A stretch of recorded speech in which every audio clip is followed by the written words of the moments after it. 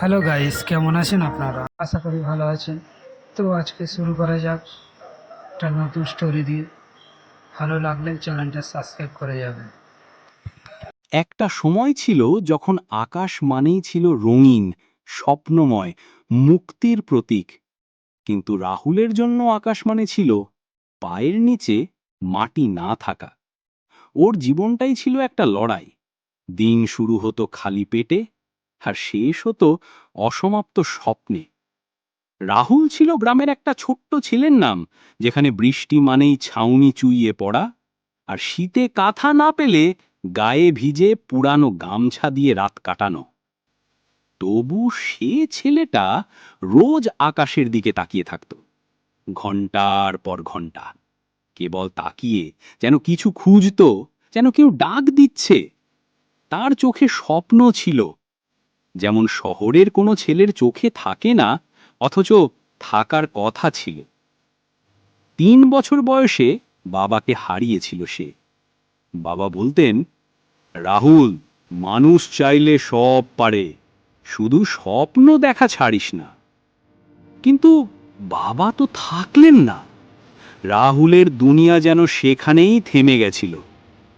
মা একটা ছোট্ট হোটেলে থালা ধুতেন, দুপুরে একবেলা ভাত, রাতে যদি কিছু বেঁচে যায় তবে খাবার জোটে। স্কুলে যাওয়ার জন্য জুতো ছিল না, কিন্তু সে হাঁটতো, নখ ফেটে রক্ত পড়লেও হাঁটতো।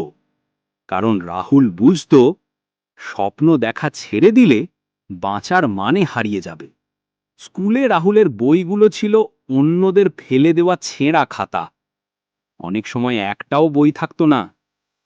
শিক্ষকরা বলতেন, এই ছেলে কিচ্ছু করতে পারবে না। বন্ধুরা বলতো, তোর বাসায় তো টিভিও নেই, তোকে দিয়ে কিছু হবে? সে হাসতো না, চুপচাপ থাকতো। শুধু ক্লাস শেষে স্কুলের পিছনের মাঠে বসে আকাশ দেখত।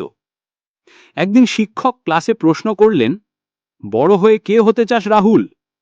সে বলেছিল, আমি মহাকাশ বিজ্ঞানী হতে চাই, আকাশের ওপারটা দেখতে চাই। সেই কুঁড়ে ঘর থেকে উঠে আসে একটা নাম, R. Mondal, selected for state level science olympiad. পুরো স্কুল, পুরো গ্রাম হতবাক।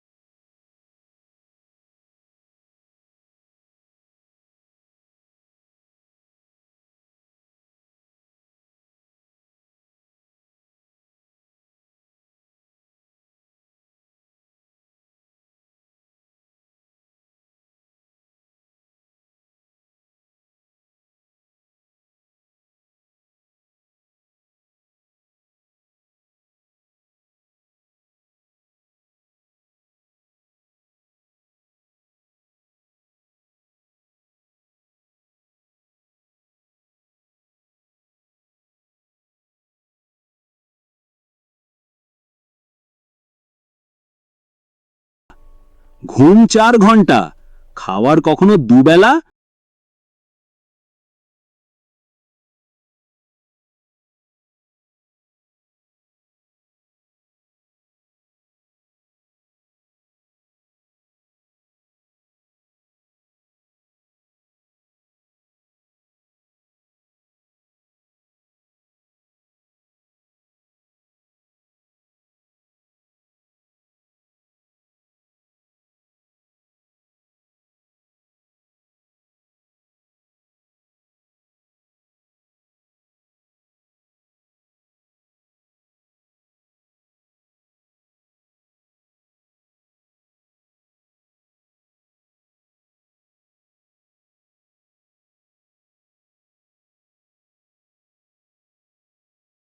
আকাশ দেখছিল। বন্ধু জিজ্ঞেস করল,